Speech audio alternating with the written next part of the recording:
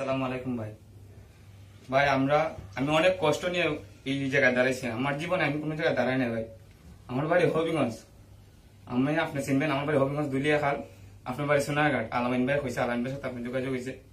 এখন ভাই আমরা হবিগঞ্জের মাধ্যমে, আপনি যদি হবিগঞ্জের ছেলে হইতেন, আমি হবিগঞ্জের ছেলে ভাই। আলামিন ভাই এখানে আছে, এইরকম প্রত্যেকটা জেলা প্রত্যেকটা টানার লোক এখানে যে বিপদ আছে ভাই, একমাত্র যারা বিপদে ভাই ভাই আমি আপনাদের দূরে চাই ভাই।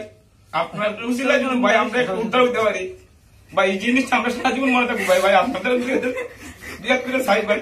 আমরা কত ভিডিও কত ওখানে দিচ্ছি স্যার ভাই। ভাই জানেন ভাই আমরা অনেক কষ্টে আছি এখানের মধ্যে।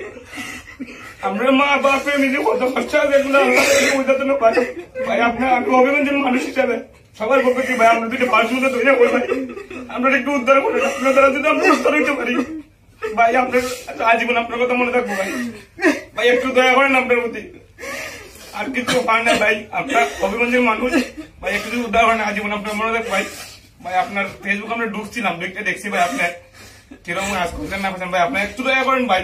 ভাই আপনার দাদা যদি ভাই একটু এতটি মানুষের ফ্যামিলি উদ্ধার হয় ভাই, আজীবন মনে থাকবো ভাই। টাকা পয়সা কোন দিনের লেগে যাই না ভাই। আমার মা বাপে কত ঠান্ডা ঠান্ডা ভাই, এখানে যাইতে পারি না ভাই।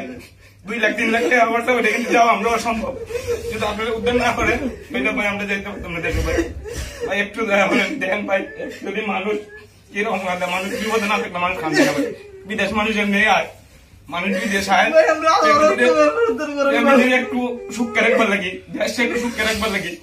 আমার মতো আমি আমার মার ঘরে 2 জন ভাই, আমার মার ঘরে 2 জন। আমি যদি জায়গায় আমার মা করতে পারছি আমি জানি না। এখন আপনারা যদি দয়া করেন একটু উদ্ধার করেন ভাই, আমরা একটু দয়া করেন যেমনি আমরা একটু ডক্টর নিচে তার মধ্যে আমরা একটু ভিডিওটা বসাই দেন। আপনার দ্বারা যদি আমরা উদ্ধার হইতে পারি আজীবন আমরা আপনার মনে রাখুন ভাই। একটু উদ্ধার করেন ভাই।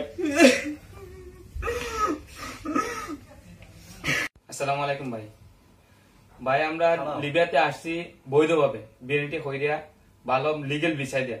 এই দেশে আসার পর আমরা কোনো মনে হয় কোম্পানিও নাই, কোনো বিষয় দিচ্ছে না লাগাইয়া। আমরা পাসপোর্ট আছে, আমরা সাথে পাসপোর্ট আছে। আপনার যদি চান দেখতে পাবেন, সমস্যা নাই, কোন বিষয় দিচ্ছে না।